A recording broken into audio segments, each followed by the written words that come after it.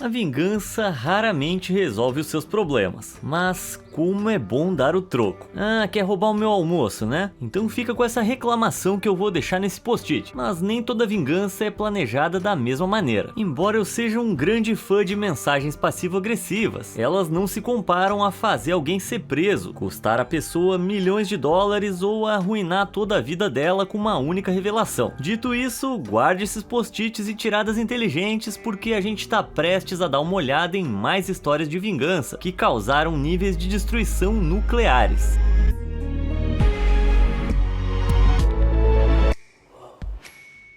Dano resolvido. Os mecânicos de carros não têm uma vida fácil. Quando eles não estão tentando descobrir como você colocou fluido de limpeza no lugar do óleo de motor pela 48ª vez. Foi mal, Gerson. Eles têm que lidar com alguns clientes deploráveis, como fez o pai desse próximo usuário do Reddit. Lá pelos anos 2000, esse mecânico administrava sua própria oficina. Um dia, um homem chegou com um conversível de aparência cara que precisava consertar a transmissão. Levou um tempo para remover, desmontar, consertar e remontar, mas o nosso mecânico fez o trabalho. Só que na hora de pagar, o senhor conversível aí de repente não tinha dinheiro para isso. E ele disse que podia pagar metade agora e o restante em uma semana ou alguma coisa assim. Sendo um cara justo em uma cidade pequena, o nosso mecânico concordou. Mas algumas semanas se passaram e o senhor conversível desapareceu. Depois de 2 meses, o nosso mecânico ligou para ele e perguntou quando é que ele iria pagar o restante da conta. E o que é pior, o senhor conversível simplesmente disse que não pagaria. Não tinha nada de errado com os reparos, mas agora que ele tinha o carro, ele simplesmente não via motivo para pagar o restante. No começo, o nosso mecânico ficou furioso, mas então decidiu usar o senhor conversível como exemplo. Ele ligou para uma empresa de reboque local, contou a situação e explicou que, segundo a lei do estado, ele tinha um direito de penhor de mecânico sobre o veículo, o que é o direito legal de vendê-lo para compensar a dívida não paga. As regras para isso variam de estado para estado nos Estados Unidos, mas o nosso mecânico conseguiu que a empresa de reboque pegasse o conversível e o levasse embora. Para a oficina dele? Não, para o centro de reciclagem local. O carro foi esmagado, desmontado e os restos vendidos para o centro, o que fez o nosso mecânico recuperar o seu dinheiro, antes que o senhor conversível pudesse fazer algo. Obviamente ele estava furioso e apareceu na oficina de consertos com a patrulha estadual no dia seguinte, mas depois que o mecânico explicou as circunstâncias do penhor, os policiais consideraram o assunto civil, não criminal, e quando o senhor conversível tentou processar o mecânico, o juiz rejeitou o caso. Moral dessa história: pague os seus mecânicos, a menos que você prefira que o seu carro vire sucata. Ah, irmão. Todo mundo conhece aquela pessoa que tem o hábito de transformar o dia especial de outra pessoa em algo sobre ela. É sua festa de aniversário? Bom, a pessoa acabou de ser promovida. Você tem um grande anúncio para fazer? Bom, a pessoa acabou de comprar um carro novo. Mas não se preocupe, você não tá sozinho. Um usuário do Reddit que chamaremos de Ben tinha um irmão mais novo, chamado Todd, que tinha que ser o centro das atenções, não importava a ocasião. Tanto que no chá de bebê de sua irmã, o Todd e a namorada dele anunciaram que estavam esperando um bebê. Tipo, sério cara, faz o seu próprio evento aí. Mas ele não parou por aí. No dia antes do casamento de Ben, um recibo de um anel caro caiu do bolso de Todd. Tava claro que ele tava planejando pedir a namorada dele em casamento no dia especial do Ben. Ben o expulsou da festa, mas Todd começou a chorar, dizendo que era injusto e que ele nunca pediria alguém em casamento durante o casamento de outra pessoa. Então, Ben permitiu que ele viesse ao casamento como convidado, mas o avisou que se ele tentasse alguma coisa ia se arrepender. Como previsto, durante a dança da noiva com o pai dela, Todd se ajoelhou e pediu a namorada dele em casamento à vista de todos. Mas o Ben não ficou bravo. Na verdade, ele estava empolgado, porque enquanto Todd estava roubando a atenção, uma convidada grávida se aproximou e começou a fazer um escândalo. Ela estava gritando com Todd por mentir a ela, chorando e dizendo que estava grávida do bebê dele. Ela até ligou pro celular dele, provando que eles tinham mantido contato. Arrasada, a namorada de Todd jogou o anel no chão e saiu chorando. E Ben também estava chorando, de tanto rir. Com a aprovação da sua futura esposa, ele contratou uma mulher para fingir ser amante do Todd, pediu a ela para estar no casamento e agir assim se visse que ele ia fazer o pedido de casamento. Ben até deu o número dele para ela, para tornar a situação convincente, e foi tão convincente que a namorada do Todd o expulsou. Bem, a gente só pode esperar que depois de tudo isso, Todd tenha percebido que ele de fato não é o personagem principal da vida. Um prato servido bem gelado. Você já foi traído alguma vez? Nada dói tanto quanto isso. Vai por mim. Mas histórias como as do usuário do Reddit, chamado Kermit the Frog, são um remédio para quem já teve o coração partido. Kermit era casado com Sue, sua namorada dos tempos de escola, há 23 anos. Com 2 filhos crescidos, uma casa bonita, carros e férias dos sonhos. Eles estavam vivendo o sonho americano. Mas enquanto Kermit estava se recuperando de uma cirurgia no joelho, Sue começou a agir de forma diferente. Ela começou a trabalhar até tarde, não estava tão carinhosa e mudou as senhas de todos os seus dispositivos. Inicialmente, Kermit não suspeitou de nada, mas enquanto ele estava navegando nas redes sociais, viu uma foto de Sue com um colega de trabalho do sexo masculino com quem ela parecia ter uma relação próxima, muito próxima. O que foi estranho é que, apesar de nunca o ter conhecido, o colega bloqueou Kermit. Agora sim ele estava desconfiado. Usando o plano de dados da família, ele baixou um aplicativo que mostrava todas as mensagens de texto enviadas e recebidas em todos os dispositivos conectados, e um deles era o telefone de Sue. E foi aí que o coração dele afundou. A Sue estava enviando mensagens amorosas e muitas, digamos,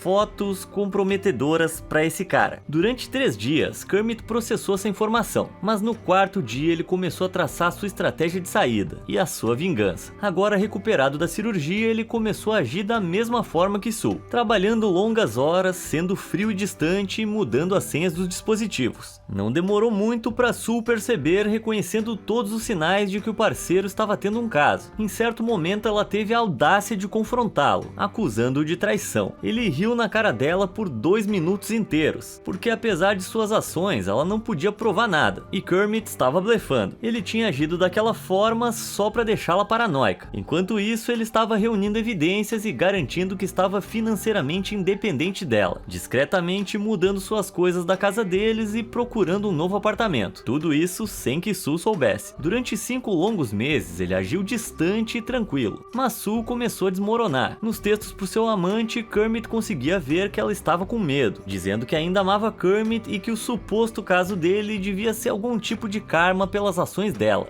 Ela não fazia ideia. Em dado momento, ela terminou com o amante dela, explicando a ele em mensagens de texto que ela queria reconquistar Kermit. Mas Kermit não se importava nem um pouco. O plano dele estava quase completo. No começo de dezembro, ele contou aos filhos o que a mãe deles tinha feito e o que ele planejava fazer, mas pediu para eles não falarem nada. Apesar de chateados, os dois apoiaram o pai, e assim Kermit executou sua peça final. Cedo na manhã de Natal, enquanto Sue dormia, ele deixou um enorme dossiê impresso com todas as mensagens que ela tinha enviado ao seu amante durante os últimos 8 meses no travesseiro dele, junto com o cartão do seu advogado e uma nota que dizia Feliz Natal, impiedoso. E não para por aí. Esse dossiê era apenas um dos 14 que ele enviou para todos os amigos dela, para a família e pro local de trabalho dela. Com isso, ele cortou contato com ela. Nas 2 semanas seguintes, a vida de Sue desmoronou. A família e os amigos viraram as costas, Kermit conseguiu um divórcio não contestado e, embora tenha deixado a casa para ela, ele ficou com a cabana deles na floresta e esvaziou lentamente as contas conjuntas para que ela não pudesse pegar um centavo dele. E para completar, tanto Sue quanto o amante dela foram suspensos e demitidos em seguida por violarem as regras de relacionamentos no local de trabalho. Uau! Se eu for traído de novo, eu sei quem é que eu vou chamar para me ajudar na minha vingança.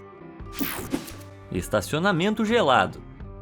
Quando se trata de histórias de vingança, são sempre as que envolvem disputas de estacionamento que vão mais longe. No caso em questão, o usuário do Reddit chamado Bright Rick tem uma história de vingança de estacionamento que foi servida bem gelada. Lá pelos anos 2000, a família do Rick era dona de 2 prédios de apartamentos nos subúrbios de Chicago. Eles moravam em alguns dos apartamentos e alugavam outros, e tinham um estacionamento com espaço para cerca de 16 carros, mais que suficiente para eles e para os seus inquilinos. Mas um dia começaram a estacionar carros no estacionamento que não eram deles nem dos inquilinos. Rick bloqueou um dos carros e chamou uma empresa de reboque, quando de repente o dono apareceu e saiu dirigindo por cima do gramado e do jardim de Rick. Irritado, Rick contratou uma empresa de reboque local e fez com que eles colocassem placas avisando que qualquer carro sem um adesivo de estacionamento seria rebocado, e deixou por isso mesmo. Mas então, numa gelada véspera de ano novo, Rick chegou em casa tarde e encontrou todos os espaços do estacionamento estacionamento cheios de carros que não eram da sua família nem dos inquilinos. Tinha tanto carro que eles estavam lotando o estacionamento e ocupando as estradas, bloqueando todas as entradas dos prédios de Rick. Alguém estava fazendo uma festa, mas ele verificou que não era nenhum dos seus residentes. Ele ligou para a empresa de reboque, mas eles estavam ocupados demais. Então ele decidiu tomar medidas por conta própria. Rapidamente ele pegou 3 dos seus irrigadores de gramado, conectou nas torneiras da sua lavanderia e passou água quente por eles. Como a temperatura estava abaixo de 0, a água quente impediu que as mangueiras congelassem, mas uma vez que a água atingiu os carros e as calçadas, começaram a se formar camadas grossas de gelo. Ele moveu os irrigadores a cada meia hora, garantindo que o gelo entrasse entre as janelas, os puxadores e até mesmo as fechaduras. Quando cada carro estava completamente revestido por uma camada sólida de gelo, Rick arrumou tudo e foi dormir. Às 4 horas da manhã, Rick foi acordado por um grupo de pessoas com uma aparência muito gelada, batendo furiosamente na sua porta e tocando a campainha. Eles não conseguiam entrar nos carros por causa de todo o gelo. Aparentemente, todas essas pessoas tinham sido instruídas a estacionar ali por um amigo que tinha um prédio a várias quadras de distância, o mesmo cara que tinha passado por cima do gramado de Rick no ano anterior. Rick apenas sorriu e apontou todas as placas, dizendo para moverem os carros ou então seriam rebocados, sabendo muito bem que eles não poderiam entrar nos carros. A polícia apareceu logo depois, rindo da situação inteira, antes de, com o consentimento de Rick, multar todos os carros estacionados ilegalmente, que então foram rebocados. Que maneira de começar um novo ano.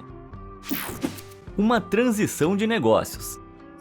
Sogros. Alguns são bons, outros são ruins e alguns são realmente terríveis, como descobriu a usuária do Reddit chamada LivingBunch6371. Há algum tempo, quando tinha apenas 18 anos, a cunhada de Livingbunch se assumiu como uma mulher trans. Como as pessoas amorosas e cuidadosas que claramente eram, os pais dela a expulsaram imediatamente. Eles negaram a ela acesso ao carro que tinham comprado para ela e ao dinheiro dela que estava na conta conjunta deles. Então, tarde da noite, ela teve que andar 13 quilômetros para chegar à casa de Livingbunch. Chocado, o marido de Livingbunch tentou falar com os pais dele, que eram fortemente conservadores, mas eles se mantiveram firmes. Agora a filha deles não era bem-vinda em casa por ser quem ela era, e todas as suas posses, inclusive o dinheiro que ela ganhou trabalhando meio período, agora eram deles. Isso não agradou Livingbunch, que amava a cunhada independentemente de quem ela fosse. Ela e o marido queriam cortar todos os laços com os sogros, o que de repente lhe deu uma ideia. O sogro dela era dono de um pequeno negócio, e sua maior conta era coincidentemente com o empregador de Livingbunch. Ela contou ao chefe dela o que tinha acontecido, e depois de pensar, ele concordou que se ela pudesse encontrar outro fornecedor oferecendo uma taxa semelhante à do sogro dela, ele encerraria a conta deles. Foi aí que as coisas ficaram difíceis. O sogro dela oferecia uma taxa ótima, que era praticamente impossível de superar, mas Livingbunch explorou todas as opções que pôde, e em algum momento, 6 meses depois, ela encontrou uma empresa diferente oferecendo uma taxa semelhante. Durante esse tempo, o sogro dela começou grandes reformas na casa da família. Então, para garantir que essa perda repentina de renda causasse o maior impacto, ela esperou mais um mês, quando as reformas dele já estavam em pleno andamento, e informou o chefe dela. Um mês depois, o negócio do sogro dela foi de repente arruinado. Ele teve que correr para encontrar novos clientes e acabou tendo que vender a casa para manter o negócio à tona. Mas como ela estava em meio a reformas, não foi vendida por muito. Ficou tão ruim que ambos os sogros recorreram a pedir dinheiro a outros membros da família. Mas depois do tratamento bárbaro que deram à sua própria filha, todos eles disseram resolutamente que não. 8 anos depois, eles ainda estão lutando para sair da bagunça kármica em que se meteram. E para completar, a cunhada de Livingbunch está muito bem agora. Bem irônico que se eles não a tivessem expulsado, eles ainda poderiam ter uma casa. Ganância na sala.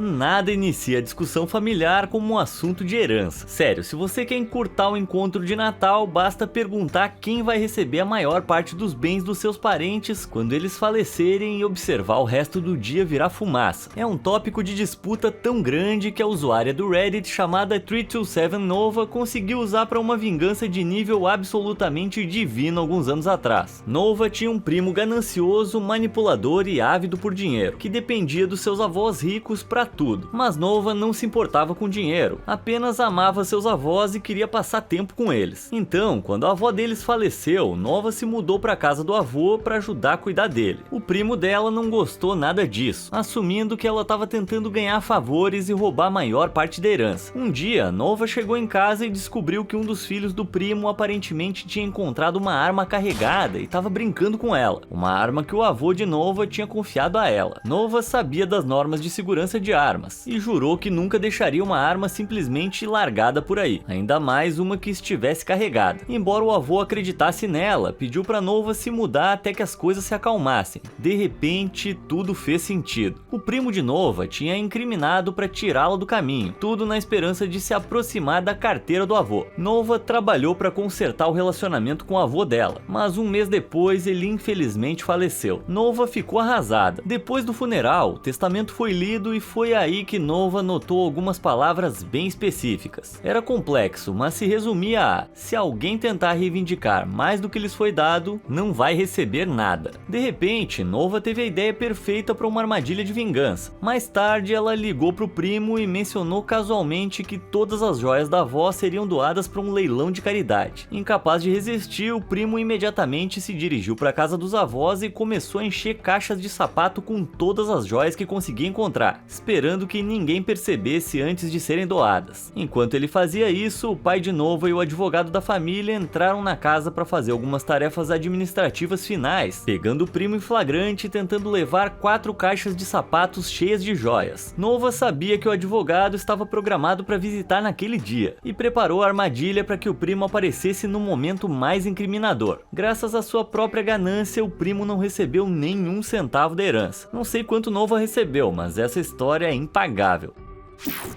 Esvaziando a paciência.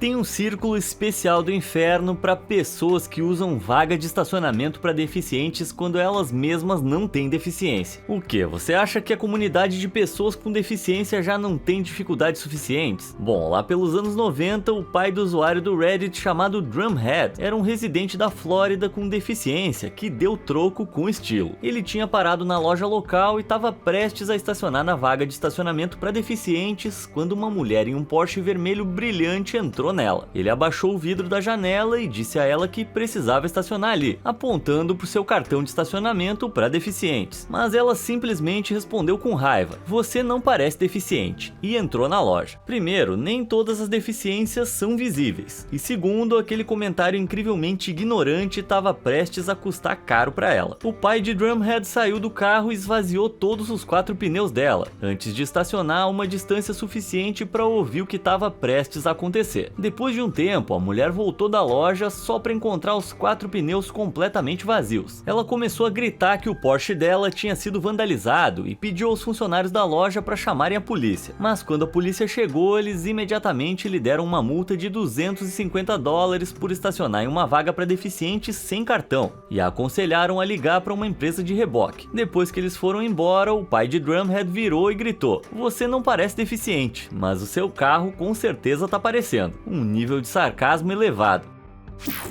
Preço justo.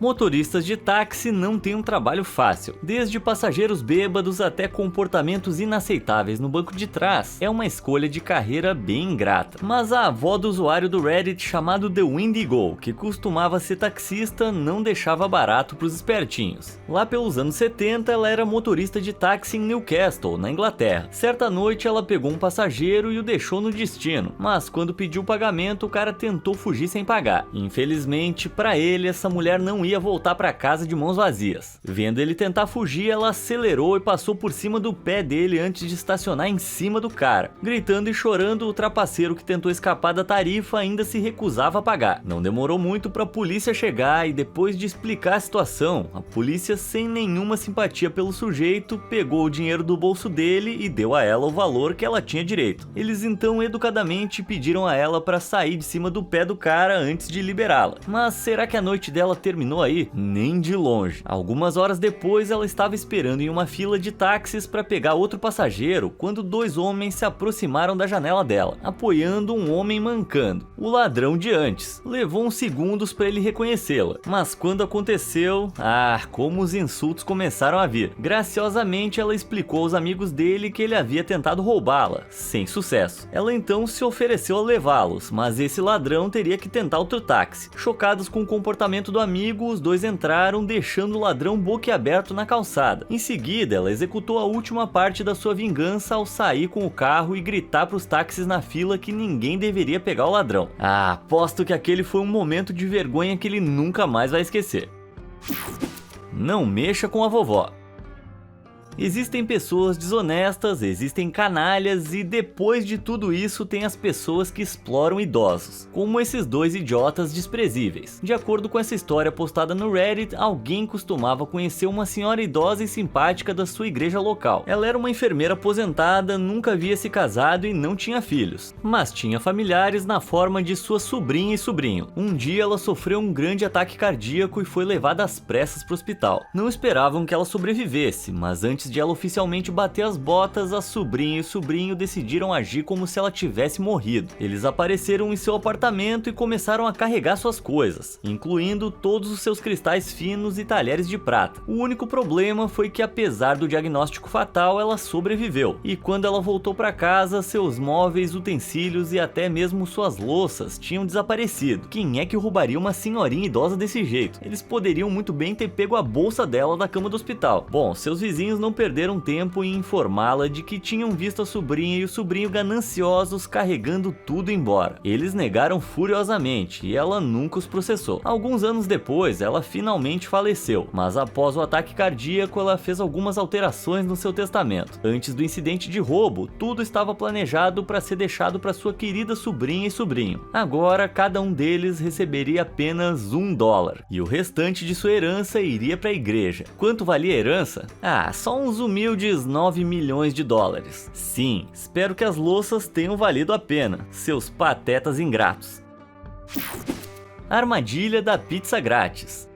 Você sabia que eu já fui entregador de pizza? Sim, era um trabalho bem legal. Meu chefe era gente boa, o pagamento era ok e eu ganhava pizza grátis a cada turno. Eu tava vivendo um sonho, mas esse sonho pode rapidamente se transformar em um pesadelo se os clientes não colaborarem, como o usuário do Reddit chamado Demon Master 2162 descobriu. Lá em 2004, esse colega entregador de pizza estava levando uma pizza para uma casa quando uma mulher abriu a porta completamente nua. Surpreso, Demon Master tentou se manter calmo e apenas disse a ela o preço para que ela pagasse e ele pudesse ir embora, mas ela recusou, alegando que porque tinha dado um show a ele, queria pizza de graça. Calmamente, ele disse que não poderia dar pizza de graça porque não era o gerente. Ela então ficou furiosa e exigiu falar com o gerente, aparentemente se sentindo explorada, mesmo que ela fosse a pessoa que tivesse aberto a porta sem roupas. Ok, então ela ligou para a pizzaria, explicou a situação e desligou o telefone cheia de si. Momentos depois, Demon Master recebeu uma ligação em seu celular do gerente, dizendo para ele voltar com a pizza e chamar a polícia. Mas por quê? Por não pagar? Não, disse o gerente, por exposição indecente. Então, na frente da barraqueira, Demon Master chamou a polícia. Ela pensou que ele estava blefando, mas quando eles apareceram e pegaram seu depoimento, ela entrou em pânico e negou tudo. Mas depois que o gerente confirmou o que disse, que ela os tinha chamado para exigir pizza grátis enquanto estava completamente nua, ela acabou admitindo ter mentido para a polícia, ou seja, confessando o crime de perjúrio. Espero que ela não tenha tentado convencer o juiz a deixá-la embora de graça. Acho que os tribunais não estão prontos para esse tipo de show. Brincadeira de garotos. A única coisa que faz você se sentir pior do que ser traído é conhecer a pessoa com quem você está sendo traído. Realmente mexe muito com a autoestima, mas o usuário do Reddit chamado PurePepper3666 teve o oposto desse problema. Há vários anos, a namorada de Pepper disse a ele que o estava traindo, e para piorar a situação, ela informou que para continuarem amigos, ele só precisaria crescer e lidar com isso. Inicialmente, porque ele ainda queria ser amigo dela, Pepper disse que sim, mas ela continuou enviando a ele fotos dela e do novo namorado juntos, como uma completa sádica. Machucado e deprimido, Pepper tentou seguir em frente com sua vida de maneira equilibrada e saudável. Talvez com terapia? Não, com o Tinder. Mas enquanto ele estava passando as fotos, ele se deparou com um rosto muito familiar. Eis que era o novo namorado da sua ex, o mesmo com quem ela o havia traído e com quem ainda estava namorando. Percebendo que poderia se vingar um pouco, ele deslizou para a direita e deu um match com o cara. Os dois começaram a conversar e ele revelou que era bissexual e também que não tinha ideia de quem era Pepper. Suas conversas ficaram cada vez mais quentes e depois de algumas semanas e alguns encontros, ele estava se apaixonando profundamente por Pepper, enquanto ainda estava em um relacionamento com sua namorada. Até que Pepper disse a ele que se ele estava sério sobre o relacionamento deles, ele precisava deixar a namorada de vez. Em seguida, Pepper recebeu mensagens de sua ex, completamente arrasada, dizendo que tinha acabado de ser dispensada e que estava arrependida de tê-lo deixado. Para desferir o golpe final, Pepper então enviou a ela uma selfie dele e de seu agora ex-namorado, bem amorosos juntos, com a mensagem: seu namorado? Você quer dizer, esse cara? Depois disso, ele partiu pro tudo ou nada e também terminou com seu novo namorado. Foi tudo uma encenação. Ele odiava traidores e achou que poderia se vingar dos dois jogando-os um contra o outro. E funcionou muito bem. Moral dessa história: traidores nunca mudam. Qual dessas histórias de desgraça alheia você mais gostou? E você tem alguma história de vingança extrema para contar? Deixa nos comentários aí embaixo e obrigado por assistir.